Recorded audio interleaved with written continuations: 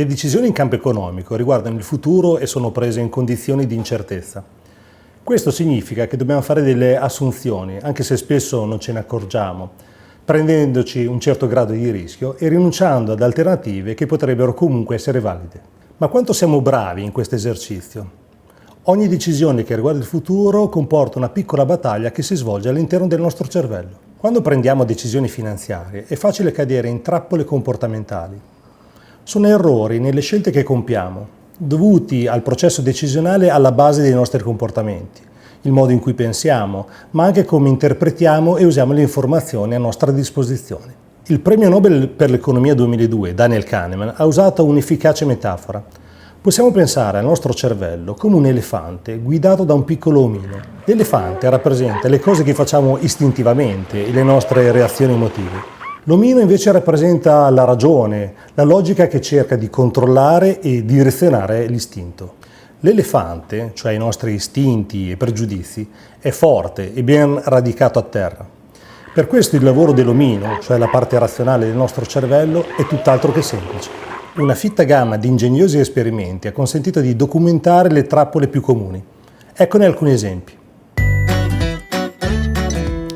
Una delle trappole più diffuse è la preferenza per il presente, che è alla base di una insufficiente attenzione alle scelte pensionistiche e alle coperture assicurative, non consentendoci di coglierne l'utilità.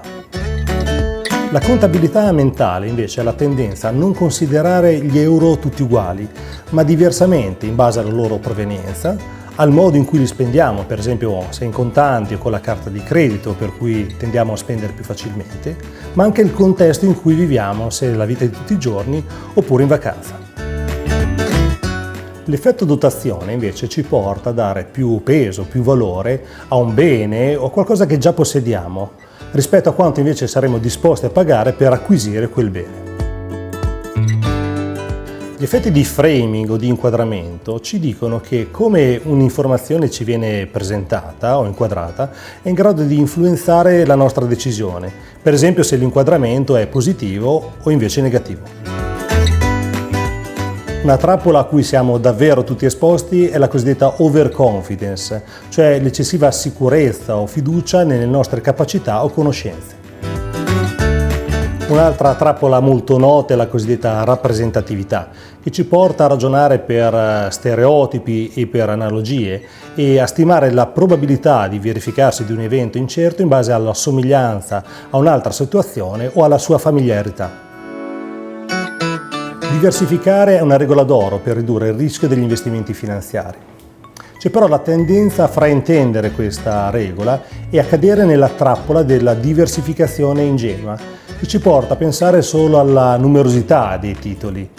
Aumentare il numero di titoli in portafoglio però non basta, bisogna considerare anche la relazione fra i titoli, la cosiddetta correlazione, e l'andamento nel tempo del loro rendimento.